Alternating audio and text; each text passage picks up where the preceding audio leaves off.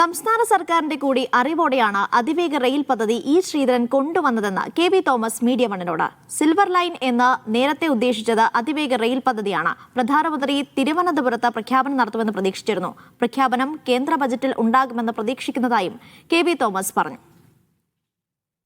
CM പറഞ്ഞതനുസരിച്ച് ഞാൻ ശ്രീധരനെ പോയി പൊന്നാനി കണ്ടു. അത് ചർച്ച നടത്തി. പിന്നീട് അദ്ദേഹം തന്ന ഡീറ്റെയിൽ പ്രോജക്റ്റ് എല്ലാം ഇവിടെ റെയിൽവേ മന്ത്രി കാര്യാലയത്തിന് ഞങ്ങൾ ഫെബ്രുവരി 12-ാം തീയതി അശ്വിനി നേരിട്ട് കണ്ടുകൊടുത്തു. അതിനുശേഷം മുഖ്യമന്ത്രി ഇവിടെ വന്ന സന്ദർഭത്തിൽ ഐശ്വര്യമായിട്ട് ചർച്ചയുണ്ടായിരുന്നു. അതിലും ഈ പ്രശ്നങ്ങൾ ഞങ്ങൾ ടേക്കപ്പ് ചെയ്തു.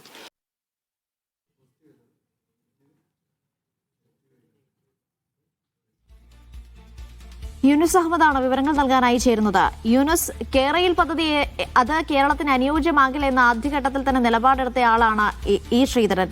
അദ്ദേഹമാണിപ്പോൾ പുതിയ പദ്ധതിയുമായി മുന്നോട്ട് വരുന്നത്, അല്ലെങ്കിൽ അതിന്റെ ഒരു ബദൽ പദ്ധതിയുമായി മുന്നോട്ട് വരുന്നത്. അതിനെതിരെ പ്രതിപക്ഷവും രംഗത്തെത്തുകയാണ്. എങ്ങനെ കാണണം ഈ പദ്ധതിയെ?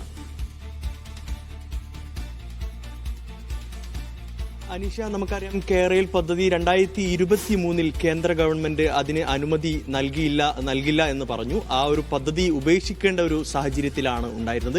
കേന്ദ്രം അനുമതി നൽകിയില്ല. അതോടൊപ്പം തന്നെ പ്രധാനമായ ആ സമയത്ത് സംസ്ഥാന സർക്കാരുമായി ഇ ശ്രീധരൻ ചർച്ച നടത്തി. ആ ചർച്ചയിൽ ഈ ഒരു കാര്യം, പുതിയൊരു ബദൽ, കേരളിന് ബദലായി പുതിയൊരു കാര്യം ഒരു പ്രപ്പോസൽ മുന്നോട്ട് വെക്കുകയും ചെയ്തു. പക്ഷേ പിന്നീട് നമുക്കറിയാം കെ.വി. തോമസുമായും ബിജു പ്രഭാകറുമായി ഇദ്ദേഹം ചർച്ച നടത്തുകയും ചെയ്തിരുന്നു. പക്ഷേ ആ ചർച്ച പിന്നീട് മുന്നോട്ട് പോയില്ല. അതിന്റെ അടിസ്ഥാനത്തിലാണ് പിന്നീട് കേന്ദ്ര ഗവൺമെന്റുമായി ഈ ശ്രീധരൻ ബന്ധപ്പെടുന്നത്. കേന്ദ്രത്തെ സമീപിക്കുന്നു. കേന്ദ്ര സർക്കാർ ഇതുമായി മുന്നോട്ട് പോകാൻ, DPRുമായി മുന്നോട്ട് പോകാൻ ഈ ശ്രീധരന് നിർദ്ദേശവും നൽകി. ആ സാഹചര്യത്തിലാണ് അദ്ദേഹം DPRുമായി ഇപ്പോൾ മുന്നോട്ട് പോകുന്നത്. 6 മാസം കൊണ്ട് DPR പൂർത്തിയാക്കും എന്ന് തന്നെയാണ് അദ്ദേഹം പറയുന്നത്. പ്രധാനമായി കണ്ണൂരിൽ നിന്ന് തിരുവനന്തപുരം വരെയാണ് ഈ ഒരു റെയിൽപാത ഒരുങ്ങുന്നത്. 430 കിലോമീറ്ററാണ് ഈ പാതയുള്ളത്. നമുക്കറിയാം ഏറ്റവും വലിയ പ്രധാനപ്പെട്ട കാര്യം, കേരളത്തെ സംബന്ധിച്ചിടത്തോളം വലിയ പ്രതിഷേധം കേരളവുമായി ഉണ്ടായ ഒരു പ്രധാനപ്പെട്ട കാര്യം എന്നുള്ളത് ഭൂമി ഏറ്റെടുക്കുമായി ബന്ധപ്പെട്ടതാണ്.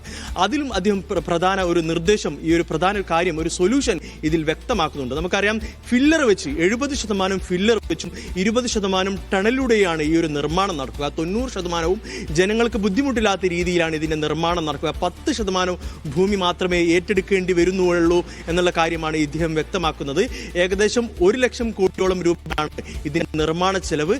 ഇപ്പോൾ DPR 6 മാസത്തിനുള്ളിൽ DPR ഇപ്പോൾ കൈമാറും. അതിനുശേഷം ഗവൺമെന്റിന്റെ ഒരു അനുമതി ലഭിച്ചാൽ ഈ പദ്ധതിയുമായി മുന്നോട്ട് പോകും.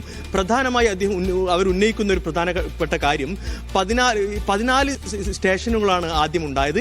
അത് 21 സ്റ്റേഷനുകളായി ഉയർത്തി എന്നുള്ളതാണ്. 3 എയർപോർട്ടുകൾ കേന്ദ്രീകരിച്ചാണ് ഇതിന്റെ ഒരു പ്രവർത്തനം നടക്കുക. നമുക്കറിയാം തിരുവനന്തപുരം മുതൽ അതോടൊപ്പം തന്നെ കോഴിക്കോട് വരെ ആണ് അത് ബന്ധിപ്പിച്ചുകൊണ്ടിട്ടാണ് ഈ ഒരു നടക്കുന്നത്. 21 സ്റ്റേഷനുകൾ ഉണ്ടാവും. അതോടൊപ്പം തന്നെ കാസർഗോഡ് ഇത്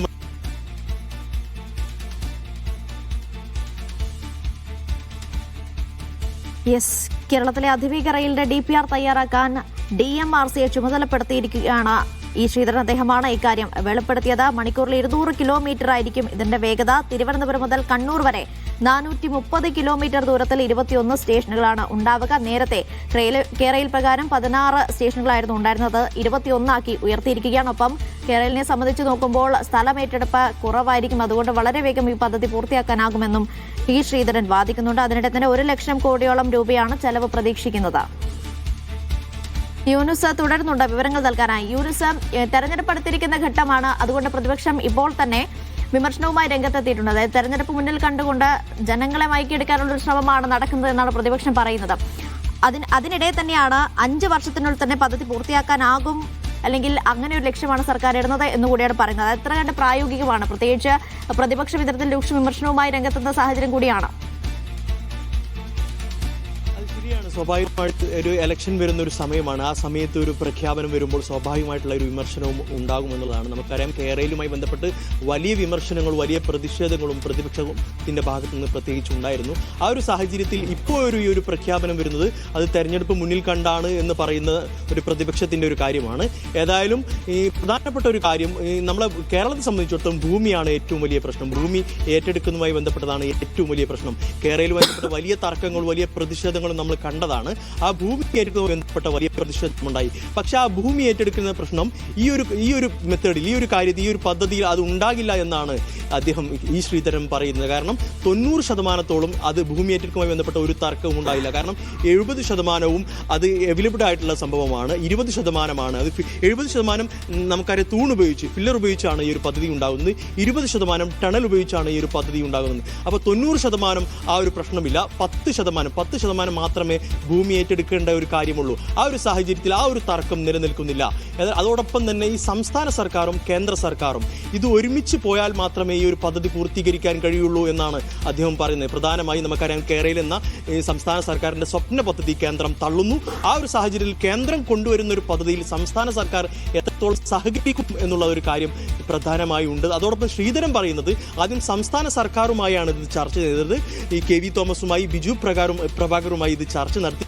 അദ്ദേഹം ഈ ചർച്ചയിലൂടെ പിന്നീട് ഇതിനൊരു ഫോളോ അപ്പ് ഇല്ലാത്തത് കൊണ്ടാണ് കേന്ദ്രത്തെ സമീപിച്ചത്. കേന്ദ്രം മുന്നോട്ട് പോകാൻ നിർദ്ദേശം നൽകിയ സാഹചര്യത്തിലാണ് താൻ മുന്നോട്ട് പോകുന്നത്. ഫെബ്രുവരി 2 പൊന്നാനിയിലെ ഈ ശ്രീധരന്റെ വീടിന് സമീപം തന്നെ ഓഫീസ് പ്രവർത്തനം ആരംഭിക്കും. ഏതായാലും 6 മാസം കൊണ്ട് DPR പൂർത്തിയാക്കും. കേന്ദ്ര ഗവൺമെന്റിന് DPR സമർപ്പിക്കും. അതിനുശേഷം തുടർ നടപടിക്ക് നീങ്ങും. DPR അംഗീകരിച്ചാൽ സംസ്ഥാനവും കേന്ദ്രവും ഒരുമിച്ച് ഇത് സഹകരിച്ചുകൊണ്ട് ഈ ഒരു പ്രവർത്തനവുമായി മുന്നോട്ട് പോയാൽ ഈ പദ്ധതി യാഥാർത്ഥ്യമാകും എന്ന് തന്നെയാണ് അദ്ദേഹം വ്യക്തമാക്കുന്നത്. ഏതായാലും 1 ലക്ഷത്തോളം കോടി രൂപയാണ് ചെലവ് പ്രതീക്ഷിക്കുന്നത്.